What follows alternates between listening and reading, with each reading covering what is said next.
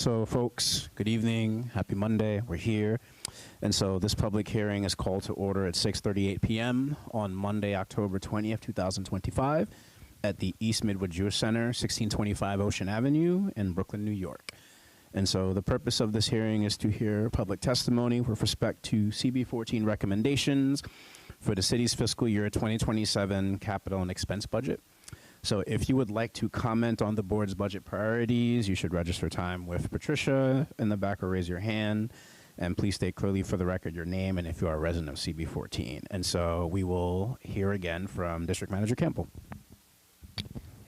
Hello again.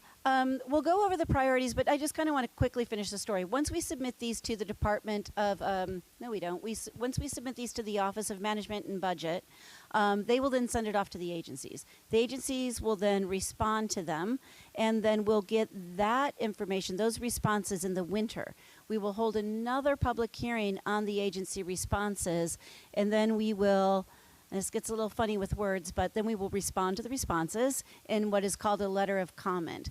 So stay tuned for all future chapters of the budget process. And on that, hopefully everybody has had an opportunity to review the budget priorities as they were ordered by the Budget Committee just last Thursday. And if there are any comment on what is here or if anything was omitted from the time we met to the time I put it together the next day, or if there's any review of the order of them, this would be a good time to raise those questions, concerns, suggestions, corrections. So thank you very much, District Manager Campbell. And so I have a question/comment. And so on page 3, when we're looking at the Youth Services DYCD for expense, and so during the committee meeting that we had on Thursday, there was a comment about this past year's SYP students being subject to like fraud and scam of their hard work. And so I didn't see anything explicitly calling out like some sort of training or funding some sort of training for the fraud. And so the question I have is, would that fall under the employment readiness programs? Or if it wouldn't, then could we figure out some sort of way to add that part into the expense piece? I'm going to propose just adding language in the current budget priority after the words employment readiness programs. I will add with an emphasis on, help me out here, fraud prevention. Yeah. Or like fraud awareness maybe or something? Yeah. What's the word? I guess like maybe fraud awareness or fraud prevention? Okay, got it.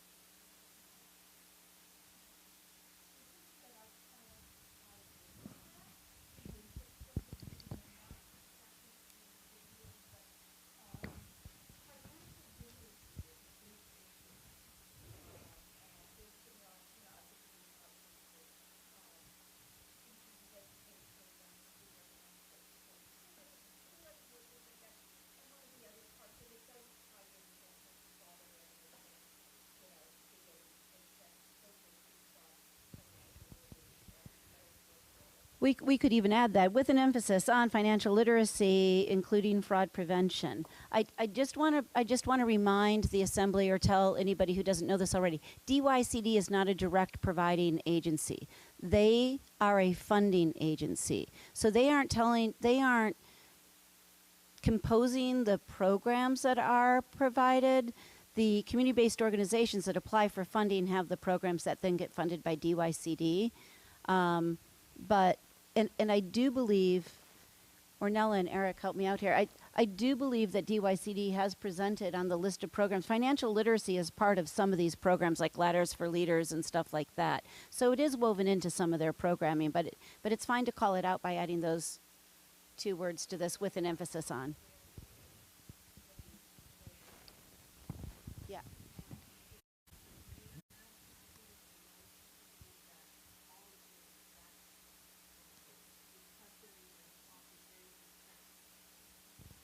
Yeah, so if there's could be, that's up to the chair. Sure. So yes, and so basically, I know that people, when they're talking in the back, they're trying to keep their voices soft, and so just a reminder to please keep your voice soft, just because we can hear you up front.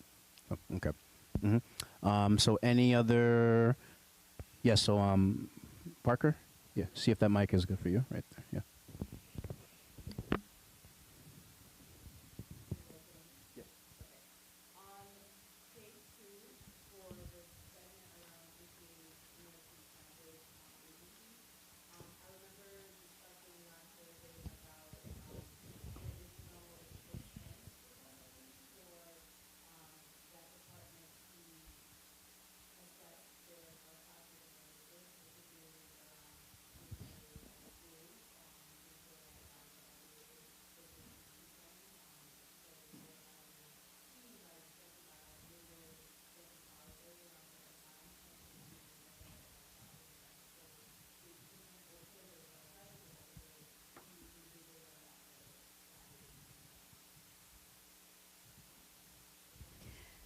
So, yeah, if I missed that, I apologize.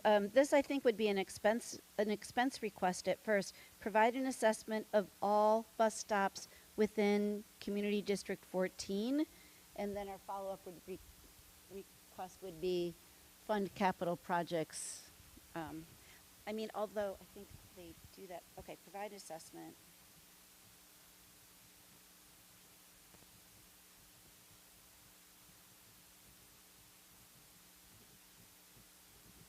That will be added under expenses. It will be priority number 1 because it is the only expense request. So that's easy.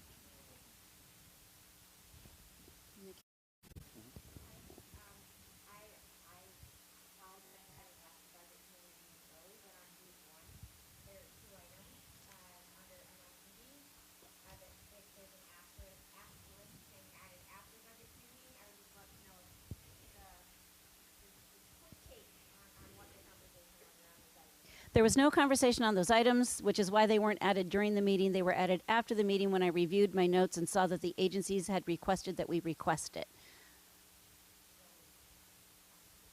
Please help us get more funding for the Explorers program.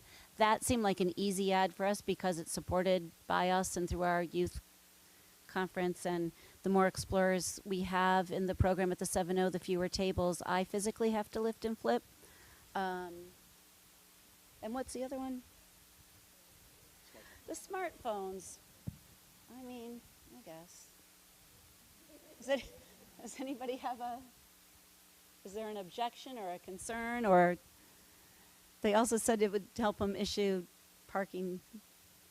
address parking and traffic issues more expeditiously. And since we get so many calls on that, I suppose we should support their efforts to respond to our calls.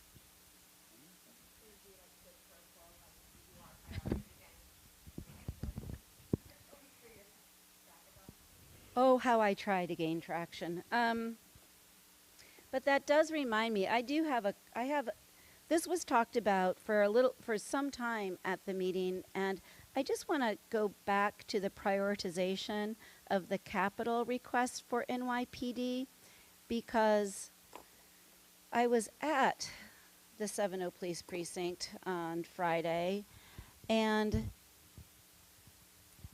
the idea that we would put large tow vehicles first because that's a community need that we've sort of gathered through service delivery requests and all resonates with me, and yet I am disappointed in NYPD's lack of urgency over the precinct house, which has been an identified need for over 3 decades. And I feel like if we compose a letter back to NYPD saying, your lack of urgency is a concern to us, it's our 3rd priority. It doesn't have as much oomph as this is our 1st priority because it's been on our list for 30 years. NYPD has recognized the need, has in fact funded the need before, and now for you to just shrug that OMB isn't giving you the money feels like you're not advocating for members of service, and we think you should be more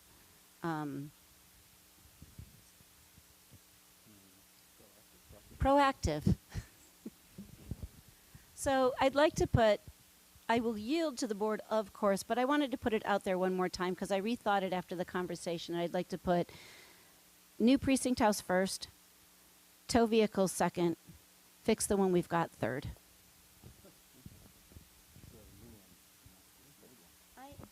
you know, I hesitate to encourage them to put capital into a falling down building that really should just be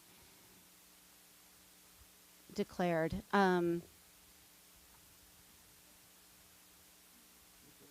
does feel like if they skip over the precinct for the fourth decade, they will still get to the tow trucks. And it's something they asked us to ask for, so I don't feel like where we prioritize something that they've expressed a desire for is going to impact their ability to fulfill it. Go ahead, Florencia.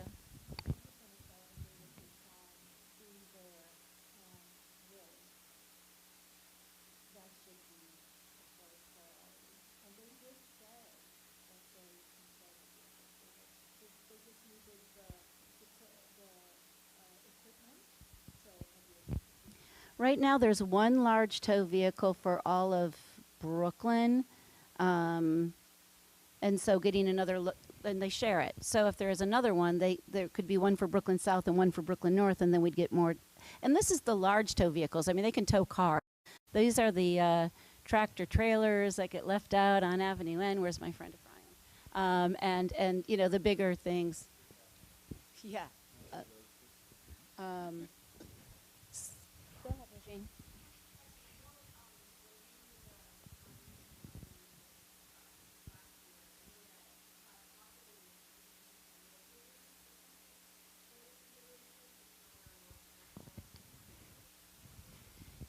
It's not really even just it's not a possibility, it's a necessity, because NYPD about 5, 6, maybe 7 years ago spent $1 million assessing whether or not they could tear down and rebuild on site, and it was determined by golly that they can't. So the community has then provided them with locations. They've deemed those locations to not have their square footage that they need. They don't have the spec, they don't meet the specs requirements. So then there was another request to maybe you can build a slightly small, like maybe it's better to compromise on the size that you envision and still build a new one than not be able to do it at all. And then there was another suggestion, it's actually woven into last year's request, to see if ADAPT Community Network would be interested in relocating with the provision to do that, because they can be situated anywhere, whereas the precinct house can't. So I would say if we do prioritize this first, there might, you know, there might be some energy that could come from the community to suggest locations or more creative solutions than not thinking about it at all. So I saw Liz as well. So like, okay, understood. Thank you.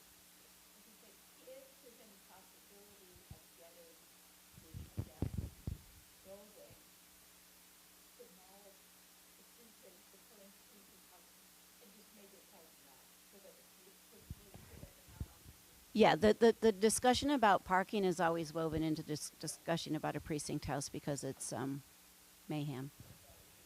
All right, so I just want to be clear. Precinct house, tow vehicle, fix the precinct house.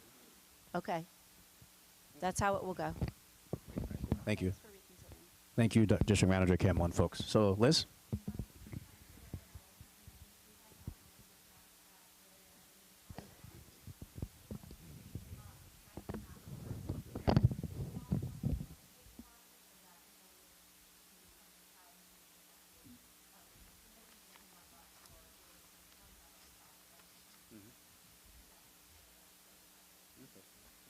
Does that have to be a budget request, or is that something we do? I don't know if that, okay.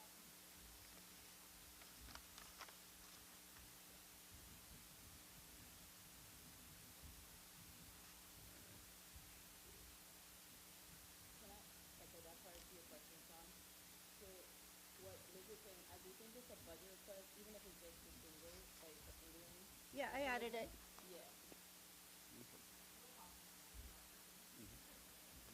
No, they'll take it away from someone else.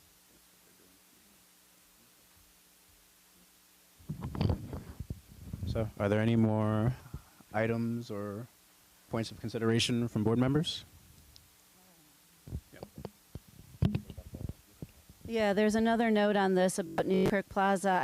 As I was typing this into this document, I started feeling funny about the DOT request, which was to ensure that capital funding is available to support the adoption of Newkirk Plaza into DOT's pedestrian plaza program following MTA study. So just background information on that. For many, many years, we've been working with MTA and DOT for somebody to take responsibility for Newkirk Plaza. Since the implementation of DOT's pedestrian plaza program, we fine-tuned that request to ask DOT to adopt Newkirk Plaza into the DOT pedestrian plaza program. They then, after some pushback, there's been some agreement between DOT and MTA that they could do this and move that idea forward. DOT is willing to adopt the plaza. MTA is willing to take the risk with their assets and allow DOT to do it, but they needed to do an MTA engineering study first. And then there hasn't been a lot of momentum to do that expeditiously. But I do believe that it's moving along. And the conversation at the budget committee meeting was, if they determine that there's some capital improvement is needed, then we would ask DOT to cover that. And now I'm feeling like that's then asking DOT to take an onus on to make a capital improvement on something that they might draw back from and say, no, we wouldn't do this until MTA fixes. And we're kind of back to ping-ponging. So I'd like to take that request out, not raise the flag and hope for the best that there wouldn't be a capital improvement need. How do we feel about that?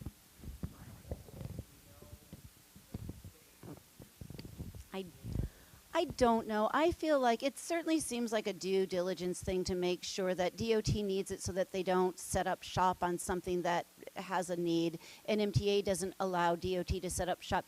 Remember, MTA is better than most, Craig. MTA is, defines their assets as the infrastructure that is below the deck of Newkirk Plaza, and therefore the deck of Newkirk Plaza is not their responsibility. So I'm sure there's very careful wordsmithing in terms of what this engineering study is. The engineering study, I guess, is just to make sure that nothing that happens in a pedestrian plaza would be worrisome to the infrastructure that's below.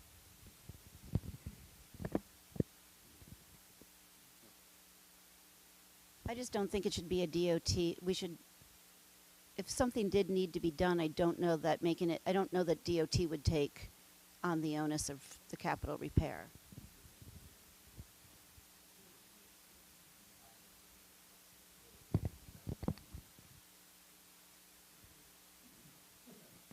Okay, I'm going to just remove it entirely from the budget request. Okay. And so are there any more questions or comments from board members regarding the budget priorities?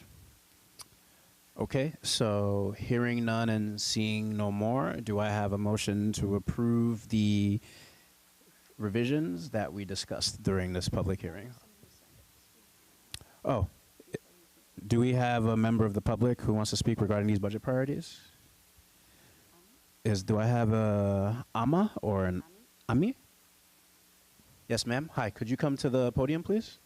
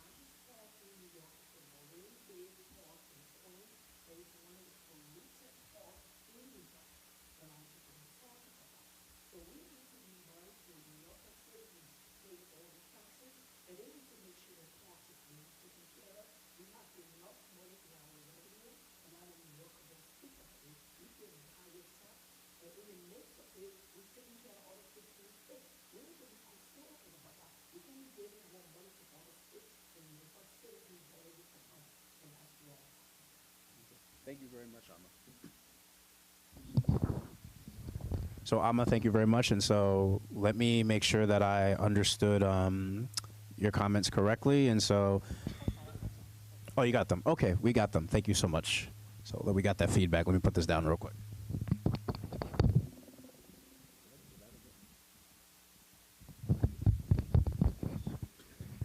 Was I the villain? Okay, that was me. I apologize. I was the villain. It wasn't me? Okay, fantastic. Okay, the machine, the ghost machine. Okay. Got it. Okay, so in that case, so thank you very much for your comments. We appreciate that. And District Manager Campbell did take them into account as well. And so the question I have for folks is, do I have a motion to approve the revisions and the comments that we discussed in this public hearing with regards to Community Boards 14 expense and capital budget request for fiscal year 2027? Okay, fantastic. And so do I have any board members who are ineligible to vote? Do I have any board members who are abstaining? Do I have any board members opposed? Okay, so the motion carries. All right, that takes us right to. Thanks, everybody. Thank you, folks. And because time is our friend, bam, we're right into the general board meeting. Okay, then. And so, folks, heads up on both sides of this table here. So we have the two mic stands. So they're not new. We've seen them in and out from time to time, right? And so these mics are super sensitive, and the hope is that they can enable more fluid board member conversation. So in theory, as long as you're projecting and speaking towards the front, then the mic should hear you. And so with that being said, this meeting of Brooklyn Community Board 14 is called to order on Monday, October 20th, 2025 at 7:01 p.m. under the applicable statutes of New York State, the Charter of New York City, the board's bylaws, and Robert's Rules of Order. And so the board's policy is to encourage detailed public discussion of matters before the board at our committee meetings and at public hearings. Consequently, except by board members, there will be no public discussion at our regularly monthly meeting of matters about which a public hearing or committee meeting has been held. So specific service delivery requests or complaints should be brought to the attention of the district office staff by calling the board office during regular business hours or by visiting our website anytime. And so other matters of civic interest may be brought before the board during our scheduled public comment period, which will begin tonight after all business on the board's monthly meeting agenda has been concluded. And so please, no partisan political appeals or advertising of for-profit enterprises will be heard. Persons wishing to speak during the public comment period were asked to pre-register. And so first things first, Secretary, could you please do the roll call?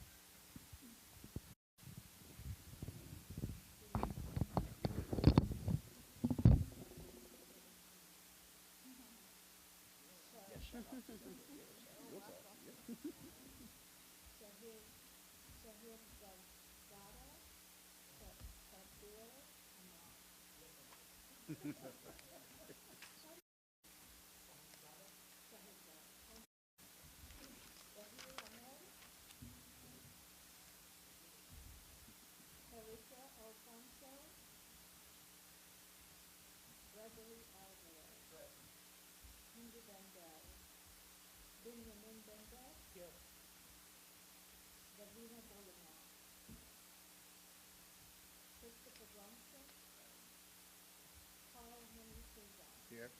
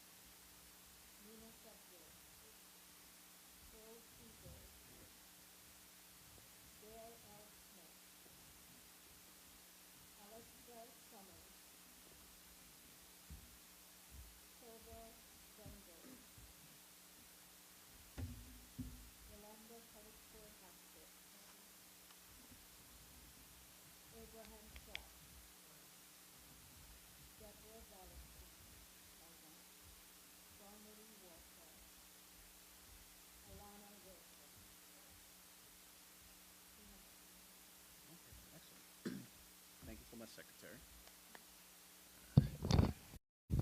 So thank you very much, Secretary. And again, shout out to Deborah for doing it last month as well, too. Definitely. And so now we go on to the district manager's report. Oh, shoot. Just kidding. I did things backwards. I did.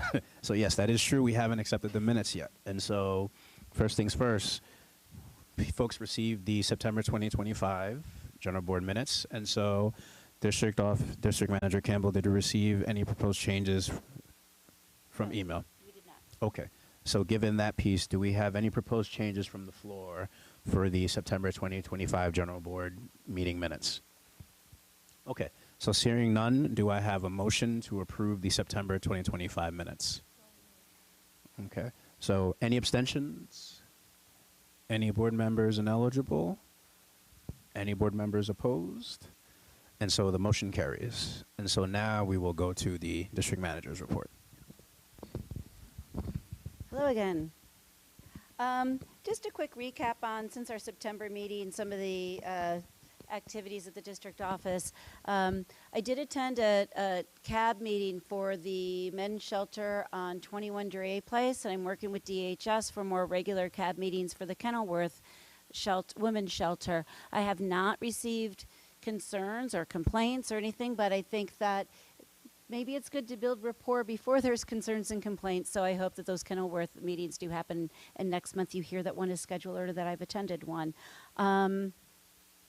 There were, I said earlier, 19 budget consultations, and they're actually, most of them are really good. It's just helpful to be in touch with people who are doing the work at city agencies and be reminded of the many things that do happen in the city. We had our last one on the Thursday just before our budget meeting, so just in the nick of time. I met with the future of community boards. District managers requested a meeting with the law department regarding board member attendance. There weren't really, as you can see, by always having quorum, there weren't really issues that pertain to this board, but having the reminder that, the things that we do, like you get a letter from the chair if you miss 2 meetings in a row, and it's a way to kind of just keep reminding you and make sure that that next meeting you're present if at all possible. And unlike other boards, we don't have a problem with quorum, so I guess that works. There was a IBX meeting. You're going to hear more about that later, I do believe.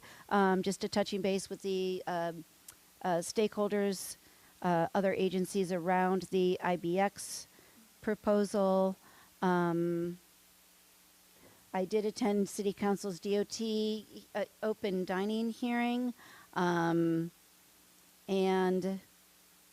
held our first of the season district service cabinet meeting last week. Attended 2 borough service cabinets since we last met, and are making good progress working with Borough Hall on touching base with agencies with whom we have issues in common across Brooklyn.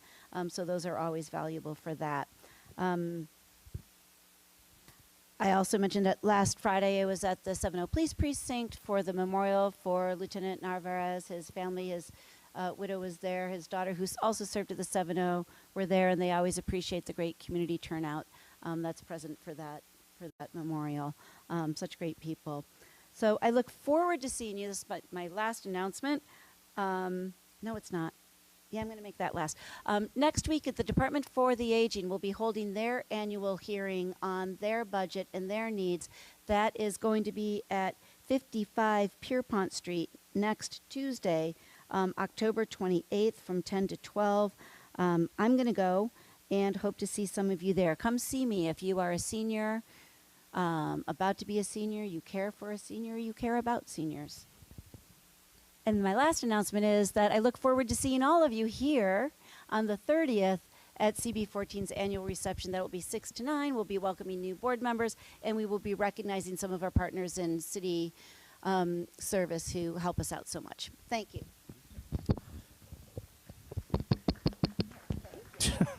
Thank you very much, District Manager Campbell. And so now we begin the chair's report. And so, folks, once again, good evening. And a few things. So for those who celebrate Yom Kippur and Sukkot, I hope that both celebrations were meaningful and enlightening. And for those who are celebrating Diwali, I hope that your celebration is a joyous one.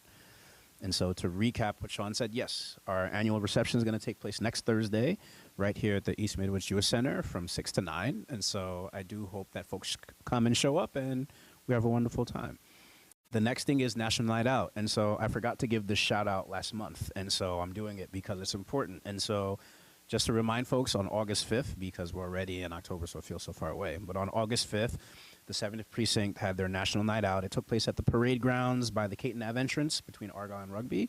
And throughout the whole evening, there were a slew of you who came. And so I just want to thank every single one of you who did so, because whether you stayed for 5 minutes or you stayed for the whole thing or whatever, it was so cool to see us there and to hang out and talk with the tables next to us and the people just coming by. And so it meant a lot to me for you to show up, and also meant a lot to the district office for you to be there.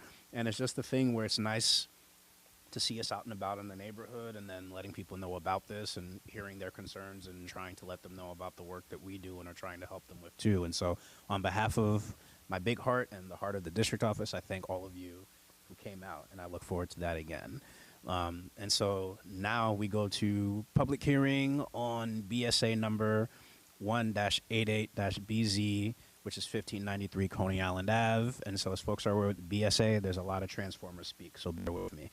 And so on Thursday, September 29th, 2025, at the CB14 office, a public hearing was held. And so the purpose of this hearing was to hear public testimony with respect to an amendment application to the Board of Standards and Appeals, the calendar number B-88-BZ, 1593 Coney Island Avenue, specifically Block 6731, Lot 65, 165, 70, 73, 75, and 76. And the application was made to allow for the addition of a partial fourth and fifth floor in the R5C23 portion of the premises, contrary to some underlying floor area ratio, some wall height and sky exposure plane, rear yard, and parking. And the applicant is Mezivsta Yeshiva Rabbi Chaim Berlin. Okay, and so members of the public were asked to register at the back table of the Community Board 14 District Office to submit testimony for this hearing. And so while there were no registered speakers, CB14 did receive written testimony in support of the application, and I did read said testimony into the record. And so board members asked various questions about the current and projected capacity of the yeshiva, some open violations that were listed within the statement of facts, and also plans for sanitation pickup given the projected increase in student capacity. And so the lawyer who was representing the applicant answered those questions. So in the end, a recommendation was made to approve the application, and the motion passed unanimously. And so do I have any discussion for board members tonight on that matter? Okay, so hearing none, do I have a motion to approve the recommendation from the public hearing with regards to 1593 Coney Island Avenue? Okay. All right, thank you. And so are there any abstentions? Are there any board members opposed? Are there any board members ineligible? Okay, so that motion carries. So we also had a Yes? Oh, yes, I can. Sorry about that, Secretary. Yes. So the address was 1593 Coney Island Avenue. And Secretary, if you want afterwards, I can give you the specific BSA, like numbers associated with it. Okay, so that's it. So the address is 1593 Coney Island Avenue. Thank you very much. Okay. So there was a second public hearing on September 29th. And so for this one, it was to hear public testimony with respect to a variance and special permit application to the Board of Standards and Appeals, calendar number 2025-16-BZ, 583 East 23rd Street, Block 5223, Lot 2. And so an application had been made pursuant to Section 72-21 and 73-134 of the zoning resolution of the City of New York as amended to permit the change of use of an existing house of worship in use group 3B to an ambulatory diagnostic or treatment health care, also in UG 3B, in excess of the 1,500 square feet located within an R3X zoning district contrary to use regulations, front yard, height and setback, and parking regulations. And so the key thing is, because the existing house of worship was also constructed pursuant to a variance granted on June 23rd, 2009, the proposed change of use was also contrary to a BSA calendar item. And so members of the public were asked to register at the back table of the CB14 office to submit testimony. And so board members asked various questions about some of the following, but not limited to items: accessibility, proposed pickup and drop-off points for the patients, as of right alternatives. Shouldn't it be transit-oriented development instead of a two-family home, given the city of yes? How the other locations operate that the owner has. And then the lawyer, the architect, and then also the new owner of the site answer those questions. So in addition, there were registered speakers and also written testimony that I read into the record. So some of the threads covered by the registered speakers were the following: concerns about parking writ large in the area, and also what happens next if the care center doesn't work out. Service delivery concerns in regards to the upkeep of the lot. Ulterior motives behind the property. Neighborhood character and quality of life being threatened now by this proposed medical center. And so most of the spoken testimony by the registered speakers was against the application. The written testimony was in favor of it, and there also was a registered speaker who did say they did support the application as well. And so in the end, a recommendation was made to approve the application upon the following conditions. So condition number 1, they will operate via the method of operation that was presented at that public hearing. Condition number 2, they will not seek parking relief from the Department of Transportation. And condition number 3, the facility will not use excessive illuminated signage. So do I have any discussion from board members here tonight? Okay, let's see. Yes, Barton.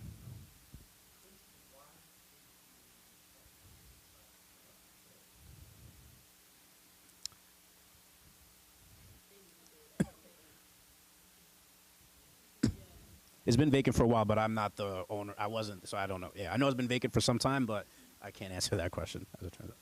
Yep. Are there any other questions from board members? Yes. Mm-hmm.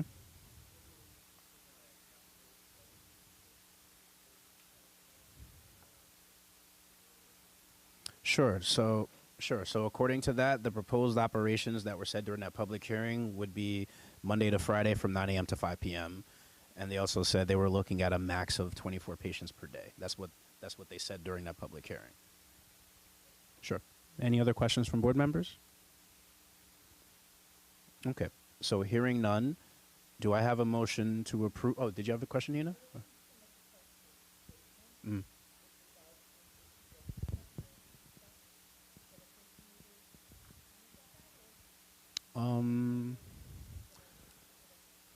Sure. So then, I'll give you that. Yes.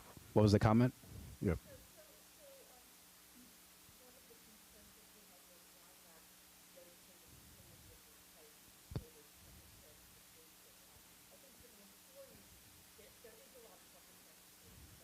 Mhm.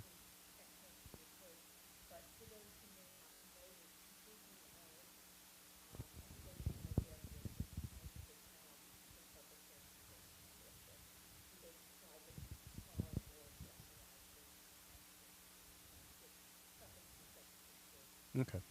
Okay. Thank you so much for that, Nina. I appreciate that. And so, any other questions or comments from board members? Okay. So, hearing none, do I have a motion to approve the recommendation from the public hearing with regards to 583 East 23rd Street? Okay. So, are there any board members who are ineligible to vote? Are there any board members who are abstaining from voting? Okay. Are there any board members opposed? Okay. Sure. Okay. So then the motion carries. Okay. So next up, so on Thursday, October 16th, at the Brooklyn Community Board 14 District Office, a special meeting of the Executive Committee was held. And so the purpose of this meeting was to hear a presentation from Parrish Schroeder, Director of Planning and Land Use for City Council, about some potential land use and potential process impacts that ballot proposals 2, 3, and 4 could have. And so some key highlights from Mr. Strada's presentation were the following, but not limited to items. So what Mr. Strada mentioned was he was going to community boards because City Council's review saw that there was some language in the ballot proposals that didn't line up completely to the language of the law itself. And then a brief defense of ULURP, and then also just sharing some high-level questions and concerns regarding City Council's high-level questions and concerns regarding the ballot proposals, right? And so after that, during that presentation, Mr. Strada took questions from board members that covered some, but not all of the areas. And so some questions about potential loopholes that could be exploited. There were questions about data on the distribution of housing and whether that data could show if council member actions or negotiations had a direct impact on that distribution of housing. And also there were questions on process. And so in the end, Mr. Strada said that if folks had any follow-up questions, we could reach out to him. And so what I will tell folks is that meeting was 30 minutes and it was before the budget meeting that we had. And so if folks didn't watch it already, rewatch it. And then any questions that you have, share those with the district office. And then we would then forward those to Mr. Strada. And I'm trying to think. And then I do know, before I keep going, there's a bunch of folks who are here. And so in no order, I see Mary K. Siri. And so Mary, thank you for being here. I see Nancy Lulu as well. And then I hope I'm getting your name right, CO Warnersbach. Okay, great. Got it right. Okay. Would you like to say a few words, CO Warnersbach? Thank you. Please come up to the podium. Yep. I forgot Britt. And then Britt, I didn't miss you. I saw you somewhere.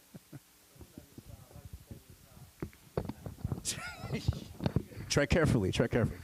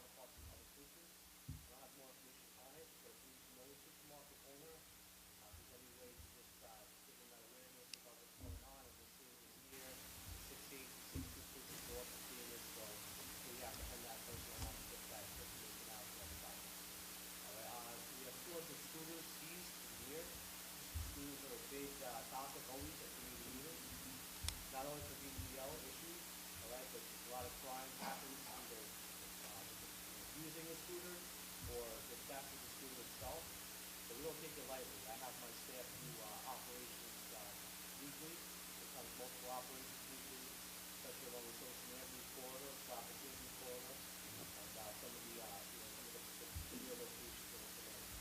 We're seeing great success. A lot of them are unregistered, we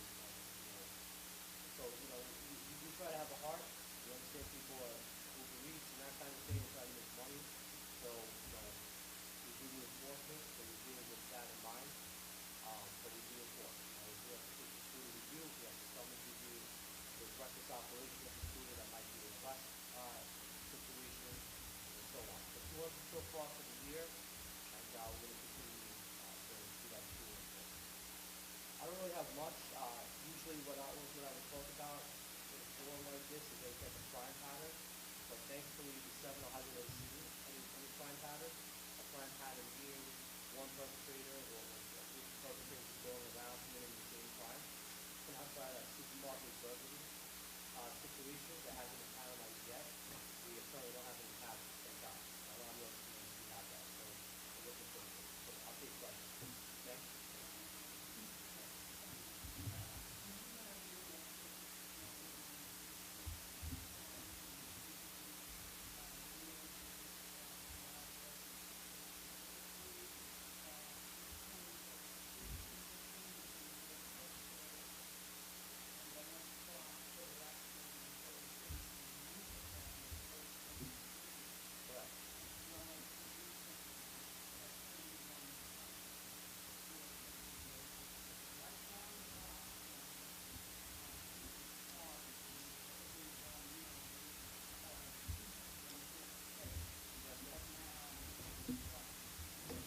Yeah, so I'll give you an update on both. So at sure.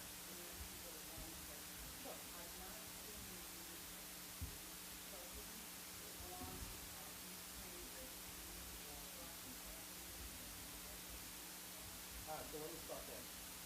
So years ago, when I was a cop, actually almost 250 other rookies.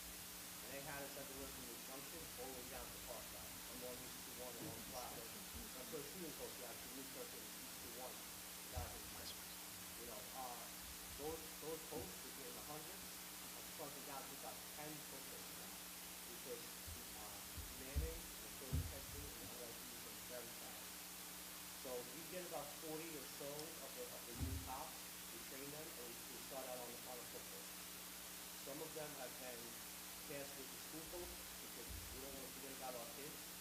So even those cops go 4 posts up to school and they work about 12:30 in the afternoon till about 9:30 at night. The rest of the posts, they work about 5:30 at night till about 2 in the morning. The incident with on Dorchester, the person that was shot and killed very sadly, happened at exactly 2:05. So that post was just at the end of their shift and they weren't there. But that call came over, the sector call was in the area, so a great success as far as our perspective goes. So the whole issue is there's a dispute, there's a house party going on, or there's a brother-in-law meeting, a brother situation, the investigator's still looking into the relationship. It spilled into the hallway, some type of dispute or argument, and the perpetrator pulled the firearm, the fire went out and killed his friend or maybe his brother-in-law. He fled the location, his sector car was there, his person came over with a shot spotter. For those of you that don't know what a shot spotter is, it's a gunshot will ring off an alarm, and you'll get that notification immediately versus the 911 call. So we got the shot spotter activation, the call was in the vicinity, and then we got a 1039, which is a physical fight environment. They saw the perpetrator running from the location, the cops chased him down, they tackled him, there was a fight, they grabbed him, they arrested him, and they recovered the loaded firearm. The squad has then now gone back and I won't talk too much about it because it's pending litigation, but the search warrant was done in the apartment, they gathered information and evidence, but we have the perpetrator for that, and that case is put in general.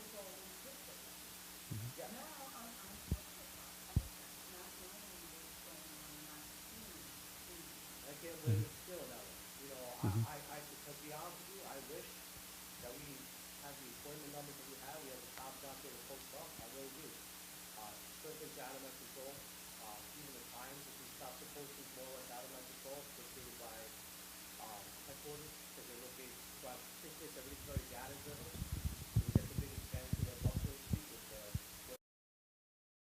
5:30 at night until the morning. Dorchester East 21st Street is actually one of our #1 posts. So that post is always covered by a football. Second, Region 2-1, all right, and then third, we start going towards the Junction a bit, all right, and some of the other areas on E2-1, Shepherd's Court, E2-1, Witness 2-3, Newport 2-3, all these areas, Clarendon, and 2-3, Forster 2-9. So we can't spread these groups in, we try to keep them in a cluster, obviously for all safety, I don't know if it's being violent, but Dorchester E2-1 is one of the #1 posts we have. I believe it's actually #1, and Region 2-1 is #2. Got you. And so there's a couple things there. And so Wernersbach, thank you very much for answering that question. Excuse me, Inspector Wernersbach, thank you very much for answering that question. And then, Gil, thank you for sharing your questions and concerns too. We feel that. And so what I'll say is I did see another board member with another is that Inspector Wernersbach, depending on your schedule, if you're able to stay for a bit longer, then either board members can speak with you after, and also we do have your contact info at the district office. And you'll also be at the community safety meeting on Wednesday as well too, right? So we can also continue that stuff there too. And so I see board member Denise, and that'll be the last question. Yep.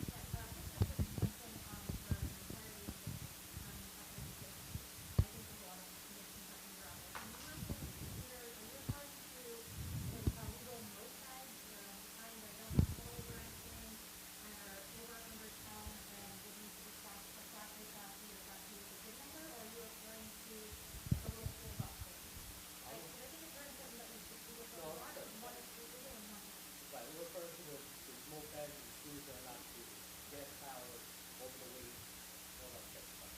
However, obviously, it's like a reference operation either way.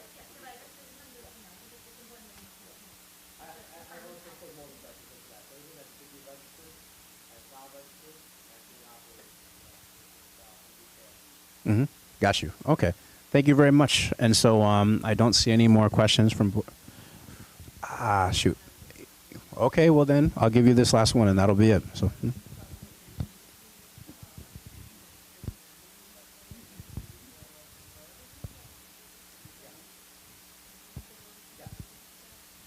so it's still under investigation, they have a person of interest. You see if you can, take that out. They have a person of interest in the case. Trying to think in my head what, I don't want public detail on that. I think we need to clean or whatever it is. It seems like it's getting more legal, the major. The person of interest is in both thing, not area, the west area. The understanding is, as of right now, the perpetrator is having an impact, and trying to increase the mistaken identity, and he's been shot. But of course, in that area, historically, has been narcotics prone, three-play gangs over there, and it wasn't over there. And it's been on the back and forth with, A-play, ICC, in the area. So, we have a lot of our resources there, unfortunately, no footholds, which, they dictate where those can go, for us.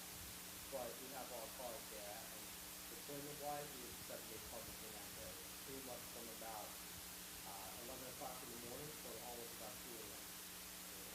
And in fact, very unfortunately, but one of the cars is right around the corner when it happened, but I wish they were there to see this person, but unfortunately, they didn't happen. Okay. Thank you very much for that, Inspector Wernersbach, and thank you very much as well for your patience. Okay. And so you can chill and take a seat. Yeah, definitely. And we'll see you at our Wednesday meeting as well too. So. So this Wednesday, I'm not sure if it's Ah. but I came in today on my vacation, I didn't miss the meeting, so I came in today. Okay. I'm gonna stay after, Mhm. say other questions, or some stuff. Okay, it's one more thing I just wanna talk about. Yeah, please do. As I know this made the news, so I wanted to bring it up. East 2-1, there's a news article going around about a body that was dismembered and put into the garbage. So a little more, context of that, there's no dismemberment. And I saw the only one terminology, but an individual was over his mental state,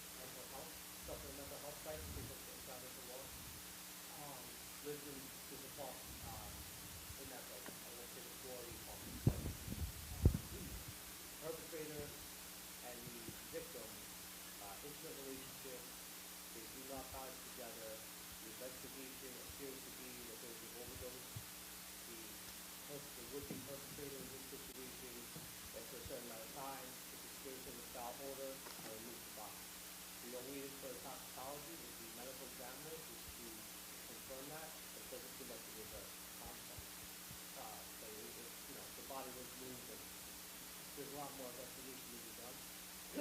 Sorry, I'm getting sick. It's got more weather. Losing my voice. There's a lot more investigation to be done, but the way the case is looking, it doesn't look like the person was murdered, more of a narcotic-related overdose than some movement of the body. So, Okay. Right. that's all I have. I'll be up to the side, drinking my water. Thank you all for your time. Have a good night. Thank you so much, Inspector Wintersbach. Okay. And so next up, we had a public hearing just over an hour ago, and it was here. And the purpose was to receive public comment in relation to CB14's recommendations to the New York City capital and expense budgets for fiscal year 2027. And so members of the public were asked to register at the back table of the Community Board 14 District Office to submit testimony. There was a registered speaker, and District Manager Campbell also summarized the work that was done and then some of the remaining steps in the process. During a discussion, including the comments from the registered speaker from the public and also board members, revisions were proposed and a recommendation was made to approve the budget recommendations, and the recommendation passed. And so is there any discussion from board members here tonight? Okay, so hearing none, do I have a motion to approve the recommendations from the public hearing with regards to CB14's NYC capital and expense budget recommendation? Okay. Are there any board members abstaining? Are there any board members ineligible to vote? Are there any board members opposed? So the motion carries. And also, there's another person, Megan Fleming White from Fair Lewis's office. Hello. So thank you for coming. And then also, Ellie Slavin, thank you very much, from Congresswoman Clark's office. Yes, and sub right over there. Yeah. And so next up, the Brookdale Community Advisory Board. And so Secretary Florencia Chang Ajita, she attended the October 6th Brookdale Community Advisory Board meeting. So Secretary, thank you very much for doing that. And so what follows is a highly abridged recap of her notes from the meeting. And so some of the key things are that the new external affairs manager is Kanisha Cooper. The second thing is if by December 15th, the Department of Health passes the pre-occupancy survey, then the emergency room could be open before Christmas. The third update is that the fire alarm upgrade is 90% complete. And the other update too is that the work regarding the provision of some new beds, some new equipment, and also renovation work is ongoing. And then in terms of the Brooklyn Borough Board report, so the October Brooklyn Borough Board meeting took place on Tuesday, October 7th. As it turns out, I couldn't attend it because my NYPD Citizens Academy class was also that evening, and so District Manager Campbell attended in my place instead. So thank you very much, District Manager Campbell. So some of the key things that happened during that, there were votes on 3 items. One of them was a joint project between Department of Transportation and Parks to reconstruct a sidewalk at Prospect Park Grand Army Plaza, specifically Plaza Street East, from Eastern Parkway to Vanderbilt and Vanderbilt to Plaza Street East. And it's described as a pedestrian safety improvement project. The second item that was to be voted on was the proposed Parkside restroom in Shirley Chisholm Pavilion. And the third thing to be voted on was the Prospects Park Alliance's proposal to reconstruct the Willink restroom to improve the services and amenities on the east side of the park for visitors to the carousel, Lefferts House, the zoo, and the park. And then the other thing too was a DCP presentation on NYC's urban design principles. And so of note is that a motion was raised to allow all Brooklyn Borough Board members to vote on the 3 Prospect Park related projects. So that passed overwhelmingly, and then the votes for all 3 Prospect Park related projects that I told you, those votes passed, overwhelmingly as well. So next up for DCP, they presented on NYC urban design principles, and what followed was a conversation between DCP and borough board members in which members expressed concern and frustration with their experiences with DCP's community engagement, that DCP will be more open and collaborative in the present and the future. And that concludes the chair's report. And also we have Taisha Allen. So Taisha, hey, nice to see you. From Assemblymember Rodney's Bashot Hermelin's office. So yeah, thank you for coming. And so next up we have the topical committees. And so first things first, before I go through the order, first a round of applause for excuse me, Wayne Rosenfeld and the East Midwest Jewish Center for hosting us, and also Mark Moss, the guy in the corner in the chair, for live streaming this meeting, because the fact of the matter is we couldn't do this without both of them, and so I always give them the flowers because I mean this and I appreciate it, and so I thank you guys both for doing this. And so this brings us to our public comment period, and so board members are expected to remain for the period. Speakers can sign up for time in the back with Patricia up until the beginning of the period, and so matters of civic interest and announcements of public events are invited. What's up? Oh, snap, that's true. I completely skipped that thing. I was reading it and I went right over it. Excuse me. Well, you know what? I changed the order because I messed up. That's what so excuse me. So I messed up. So let me go back in time. All right. So Wayne Rosenfeld and Mark Moss still get their flowers, but I got to give the committees their flowers too. All right. So first up, we have community environment, cultural affairs, and economic development. And then we have the Human Services Committee. And so community environment, cultural affairs, you're up.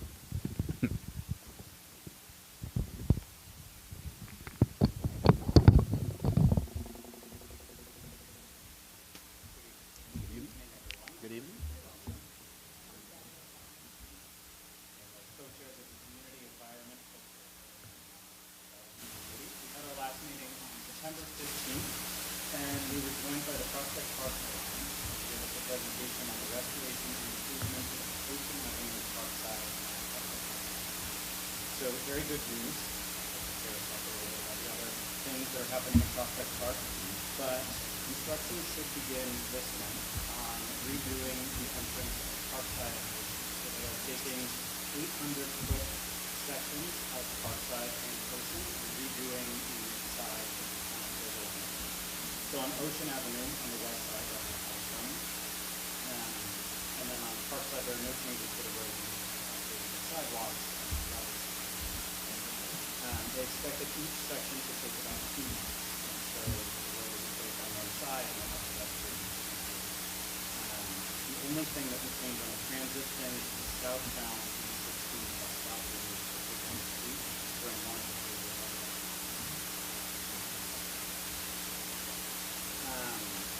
We also heard updates on the Forest Pavement Project, which is a tributary project, not only touches a very small project. It's in CB14 across the avenue between Tony Island and Ocean Parkway. There will be no firehouse. The door will stop at 3 p.m. daily. They do not plan to work on Saturdays because they have to rest. And it will be finished in 2020. Each block will take about 2 weeks. Tyler Reynolds is the liaison secretary available for questions and things like that.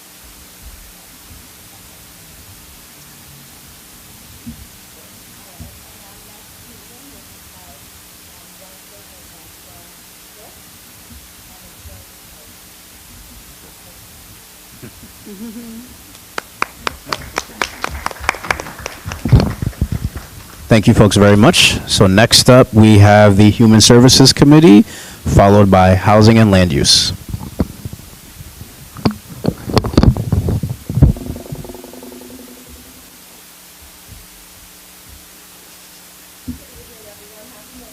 Good evening.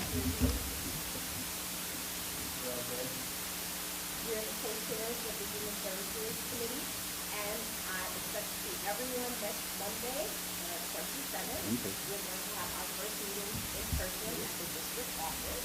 So not on WebEx, but come on down to the district office in Berlin at 6:30. We will have 2 presentations.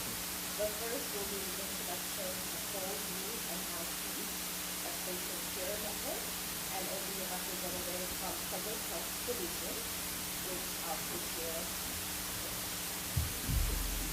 And our second presentation will be on COVID-19 and access to vaccination, and we'll have a representative of the Department of Health and Mental Health. We'll see you all next Monday, October 7th at 6:30 in the district office. If you don't know, it's at 87 East Street, but I know everyone is a We'll see everybody next Monday at 6:30.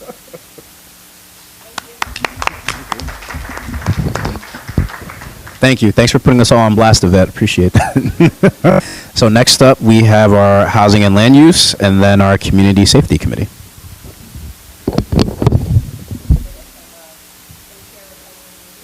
I'm Greg Alvarez, and we have nothing to announce specific as upcoming. Look out for it, of course. And, yeah. So I'm just going to wrap it up for one more. Today's the last day to review the registration. So go ahead and have people start away if you're that. Yep. So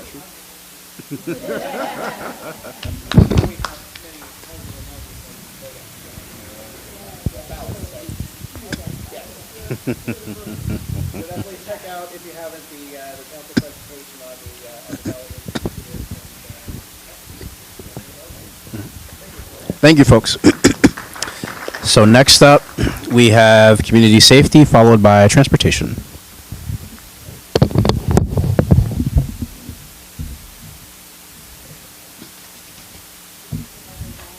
Good evening.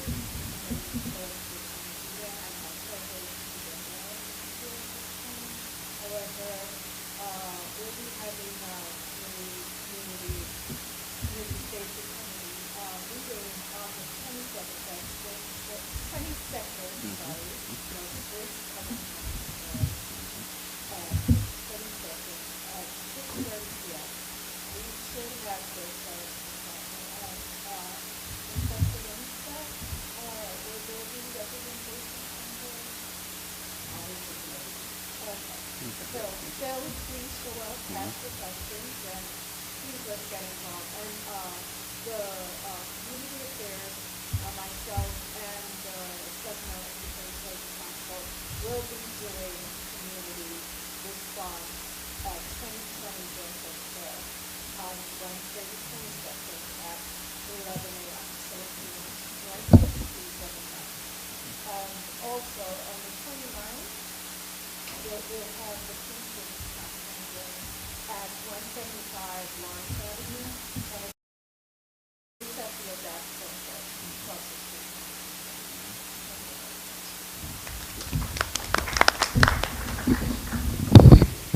Thank you so much. So next up, we have the Transportation Committee, followed by Youth Services, Education, and Libraries.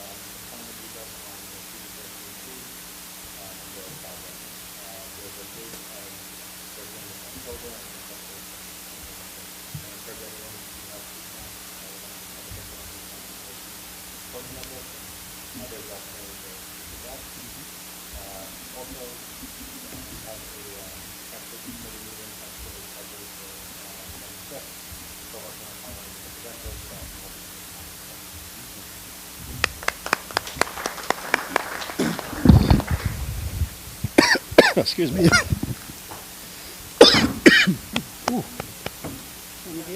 Yes. Next will be the Youth Services, Education, and Libraries Committee co-chairs. Cleve, I'm getting emotional about this. You know, I got feelings. Yeah, it was. It's a soft spot. I heart you. Happy Monday, everyone. I'm one of the co-chairs of the Youth Service, Education, and Libraries Committee. My name is Anna Parker. We do have a committee coming up Tuesday, November the 18th, 6:30 from WebEx. There's going to be a special presentation from the New York City Budget Office. Anna Rivers is the community engagement specialist. The workshop is school budget workshop. How to find and interpret school budget information. This is relevant to what we're talking about tonight. How school budgets reflect planning and priorities. Navigating and understanding the budget documents. So it's an interactive workshop. So if you're interested in how school funding works, And then I just want to add to that, if you know any members of the community that have children within the DOE, which could be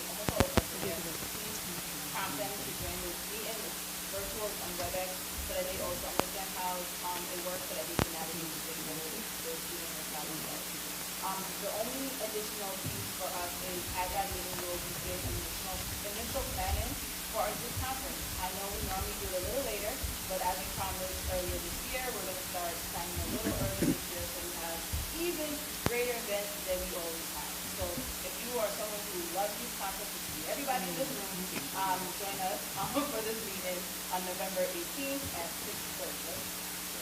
6:30. All right, guys. All right.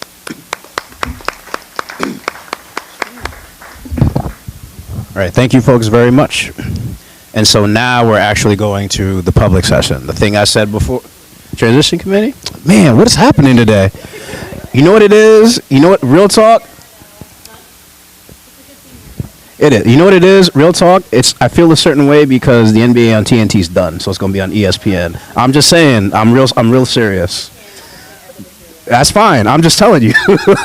That's why I feel this way. So yes, go right ahead. Hi, everyone. The last one, we're the last committee before we get to public hearing, public statements. Again, hi, everyone. I'm Marnella Parker. I'm one of the co-chairs for the transition committee. Hi, everybody. My name is Lily Lackington. Just want to let you guys know, our first meeting for this year is going to be on November 24th. It's going to come out in the newsletter that's in, but the market calendar will be virtual as well. 6:40? 6:30. For the transition committee. 6:30. 6:30, okay. 6:30, just like the youth conference, youth services. So please just join us. This is important because we will begin speaking about some ideas for like outreach and making sure again that our community board is representative of our district. And if you guys have any ideas on how to do that, this is optimal time to do it so you get ahead. Maybe those are really quick. We're already in October, so November will be late. It's going to be 2026. So if you are jazzed up and ready to make sure that our community actually represents our community board represents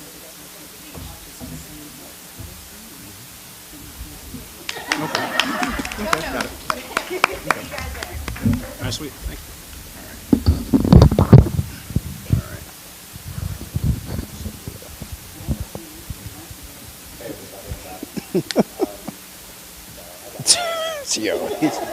He told that man sit down.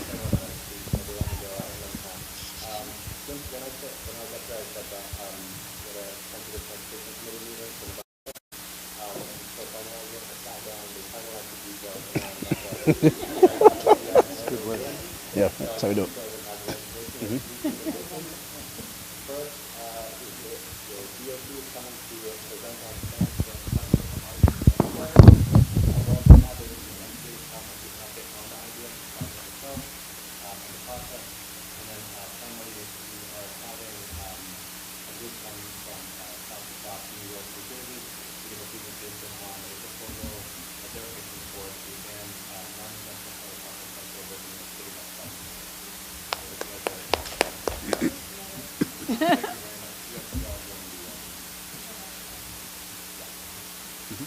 Thank you.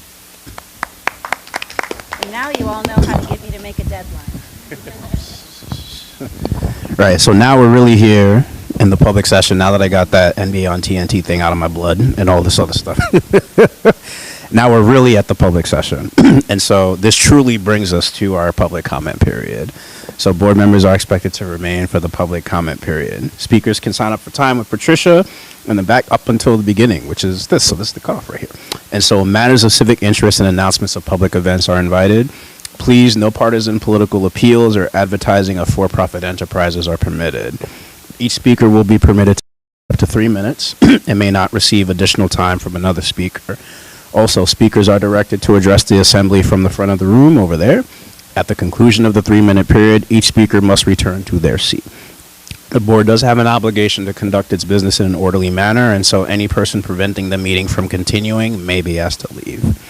And so it is 7:56 p.m. The first speaker is, and please correct me if I mispronounce your name wrong, is it Rocky Bhattacharya? Okay, sweet. All right, so you're up.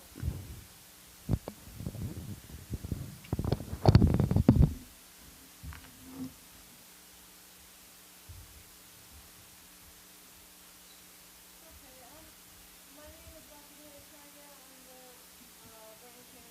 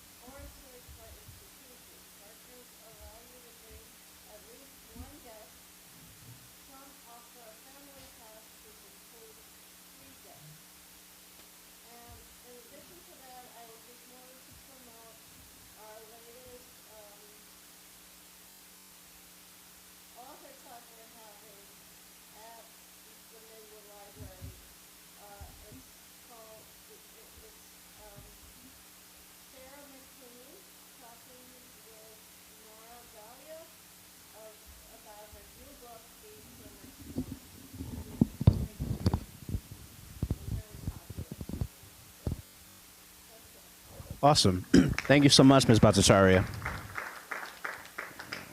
All right. Okay. So next up, we have Nancy Lulu and then Mary Kay Siri.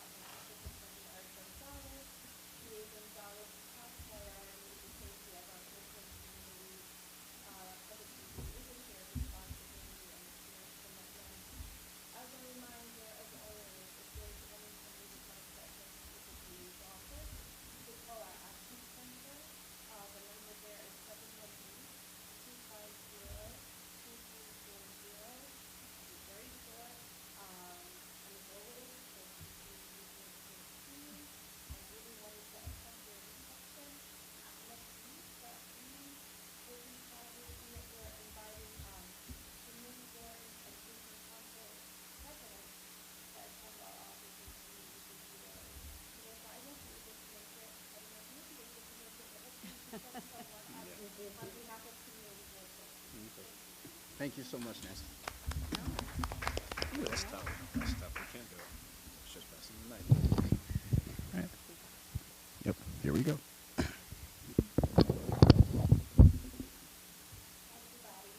just want to report on the next 2 months of events that we sent over to Kelly. The first one is this Wednesday. We have a few slots available for one-on-one appointments with the Department of Finance. So if you want to just speak your property value, your talk about the school, or increasing rent, or any other possible benefits that might lower the cost of living in New York, this is a great opportunity to call our office. We have a handful of appointments left, but again, it's this Wednesday from 10 to 2 to speak to development. And then next month, on November 12th, we have 3 services coming to the office. We have 3 mammograms, we have the department building, and we have the New York City Border Office of Unemployment Funds. So these are all great opportunities, appointments, call the office to give you more details, and also shown all over a flyer, so it's on the website. Thank you very much. Thank you very much, man. All right, so next up we have Megan Fleming White and then Britt Bird.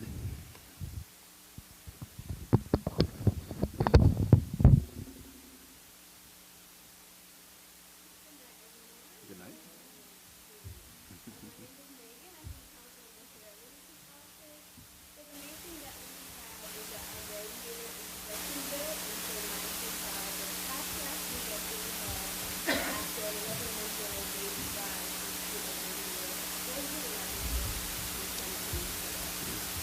We're also soon to be introducing a new bill to codify the city's requirement to provide parking guards for elementary and middle schools. As it stands, so that many of the schools that cover our district in CB14 have on-site over a yearly basis to keep the parking guards for the children's safety to and from school. And finally, in our partnership with Community 14, thanks to our district manager, Sean Campbell, Bob Redmond, and Nina Leonard from the Chief Graphic Development Corporation, we have been pushing forward to get MTA to allow a mural to be installed at Newport Plaza, which has been chronically neglected into the public space for way too long. So we're still pushing to ensure that MTA is responsible for that space and follows through activating the plaza in coordination with NYCDMC so we can find the resources to keep that place as kept and the sanitation services in that place. Next thing I have to report, I do have 3 events that we have coming up at our office. So we have a mammogram bus at Riverside Church on Saturday, October 25th from 9 a.m. to 4:30 p.m., which is also including our health fair where you can learn how to exercise, eat healthier, and have a balanced lifestyle. That's the Saturday at Riverside Church. And we also have an event called Take a Stand. This is a self-defense and fitness training to learn about how to defend yourself from physical abuse, verbal abuse, and so on. That is on October 23rd from 7 p.m. to 9 p.m. So thank you for having me. Thank you so much. Can I add a coda to that report? Yeah, go ahead. Just a quick note on your report. I want to just note, for those of you who are here early enough for the budget hearing, you heard this already, but hiring additional crossing guards is our #1 NYPD expense request. So glad that we have Kismet with your office, and let's go for it.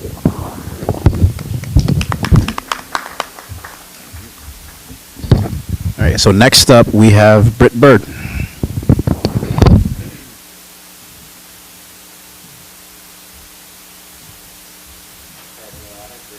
Here on behalf of Borough President Melissa, with a handful of announcements. Happy Heritage Month, happy Italian American Heritage Month, and happy Polish American Heritage Month on behalf of Borough President. My colleagues Phil and Kurt made announcements last month, but this summer there'll be 2 released this nationwide comprehensive plan for Brooklyn, the roadmap for long-term equitable growth across the borough.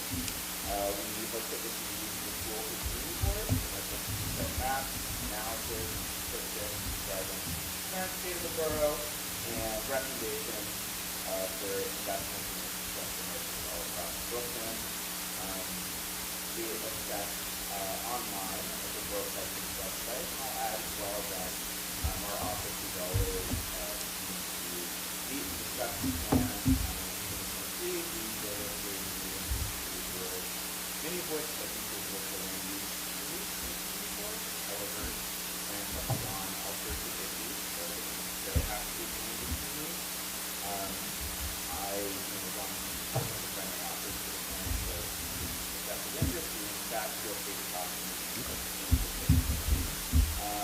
Next, we have our ongoing 2026 Brooklyn InDesign competition. That's why I was here for this. Your design will become the official 2026 Brooklyn pin, which is known by the Borough President and Brooklyn's first ever artist ambassador. All Brooklyn residents and K-12 students attending Brooklyn schools are invited to submit designs. And there is a new deadline, which is Sunday, November 2nd, 11:59.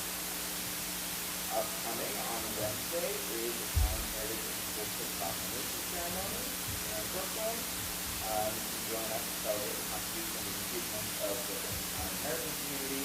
The celebration and ceremony will take place between 5 and 7 p.m. at 8711 18th Avenue. Next, on Saturday, the 26th, join us at Red Day at the Yard in East Flatbush. Join for a free community wedding event. Here in home with brothers. Drop by 35 North Church Avenue between 10 a.m.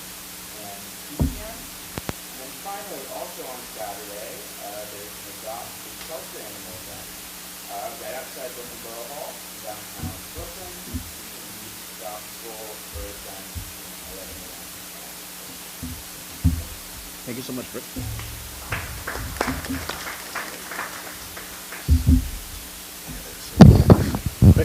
So thank you very much for that. So next up we have Taisha Allen and then Sasha Hyman.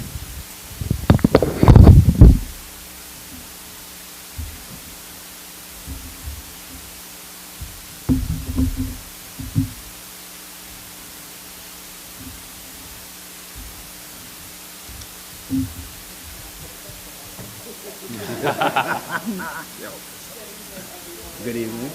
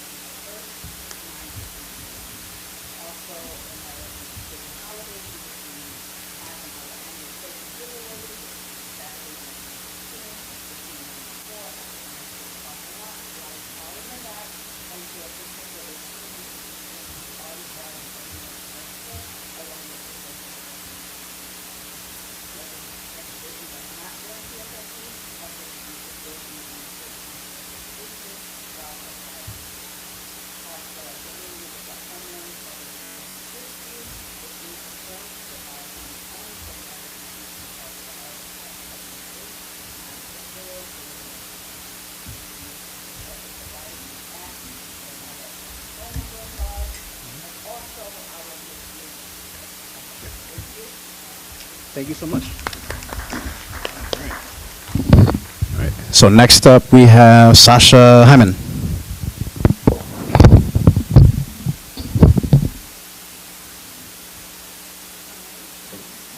Hello.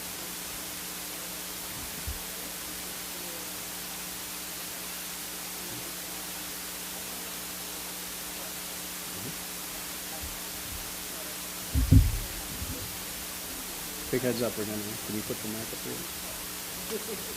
That's all right. Okay. Mhm.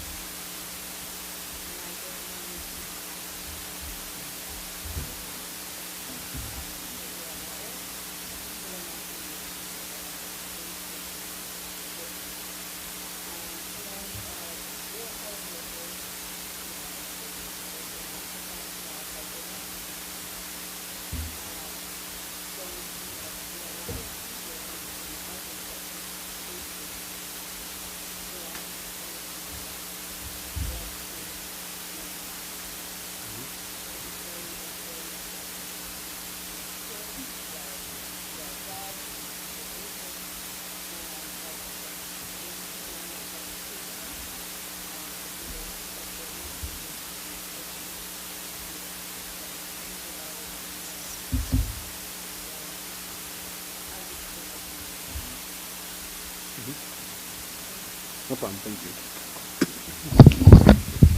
So, Ms. Hyman, thank you for sharing that. So there's a couple of things there. So number one, thank you for sharing that pain, because that pain is real. And then there's a couple things there. And so the first piece is that there's a bunch of advocacy groups, and there's a bunch of advocacy groups and organizations that support people. So there's like Flatbush Tenants Corp. There's I think there's the Flatbush Tenant Coalition, and then there's also other groups as well that help people who are either getting to that point where they need to go to court, or they're hoping to take steps before that to connect with city resources and agencies. And so I don't know all of those off the top of my head, but I can tell you that they're there. So that's the first piece. The second piece too, what you're also talking about too, in terms of policy stuff as well too, to give those people those support. So that's the kind of thing where I'm going to tell you what you already know, and it's not going to be the answer you want to hear, but it's something you already know, which is that whoever is your city council rep, right? That's the kind of thing to talk with them. So, for example, I mean, we have representatives here from city and like some city state stuff, and so this is something where if your address falls within that stuff, talk with them about some of that stuff too. And then I'm also going to pass this to District Manager Campbell, who will have some more insight into your question too.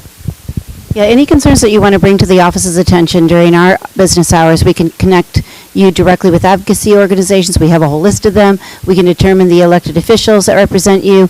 And I would invite you to please take a look at our district needs statement on the community board and the budget hearing that we held earlier tonight. You can look at the HPD and other housing requests that we've made, advocating for the same thing on the same page. And let's stay in touch on that. Thank you.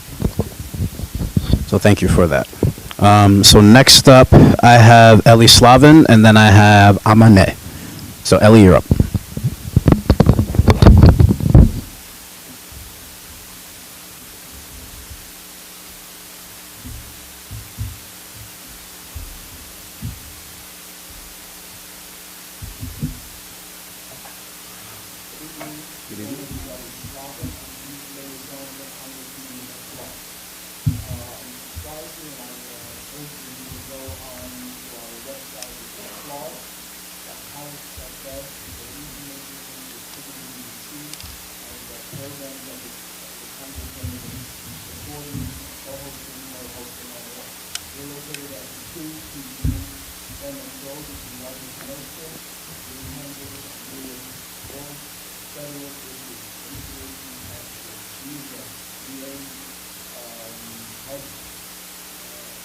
Poster.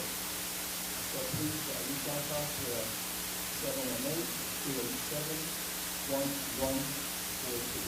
Now, I've made an announcement last month, I think I'm going to do it again because people need to reach out to us. We have 2 satellite offices to make it easier for constituents to reach out to us. One is here in Flatbush at Okay, every first and third Wednesday, we have a presentation on COJO. The COJO classes located at 1523 Avenue M. We call the next appointment, their number is 718-377-2900. In case you miss any of my information that I give you now, please contact our office in 718-287-1142. So at COJO every first and third Wednesday. Now in the Bell Park area, every second and fourth Wednesday at Assembly IPC's office. His address is 1310 38th Street. His number is 718-853-9616. So if anybody finds it hard to go out to PP11 Short, please mention it where you can see it when it's requested. Very short, we have two events. One is the Central Brooklyn Job Fair in collaboration with other elected officials. Tuesday, October 23rd, between 10 a.m. and 2 p.m. at the Brooklyn Public Library, which is at 10 a.m. Grand Army Plaza. Please register either after or on the app or on the link. I left flyers on the table. The second event we have is for middle and high school students. It's called the Wrestling Act Challenge. And winners will be invited to the Capitol to present their submission date is Thursday, Thursday, October 30th, 2025. And of course, we'll be registering again. I left flyers on the table. I just want to thank the police officers and the NYPD. Last month was a hectic, very compressed holiday to many different religions. I think the police department did a phenomenal job. I haven't really found out myself. I know the other areas that I represent, we know them a great gratitude for the church. So again, please represent NYPD. Thank you so much. Thank you for you. Thank you, Ellie. All right, so next up we have Amanet.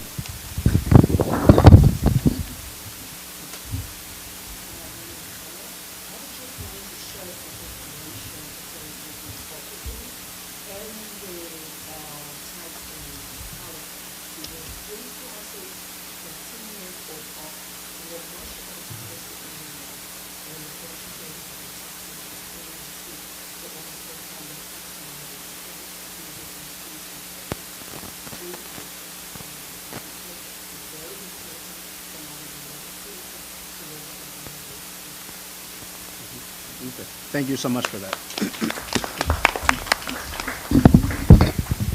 Okay, and so seeing as Ms. Ama was the last speaker, then this concludes the public comment period. And so do I have a motion to adjourn? Okay, so then this meeting concludes at 8:19 p.m. Thank you folks very much.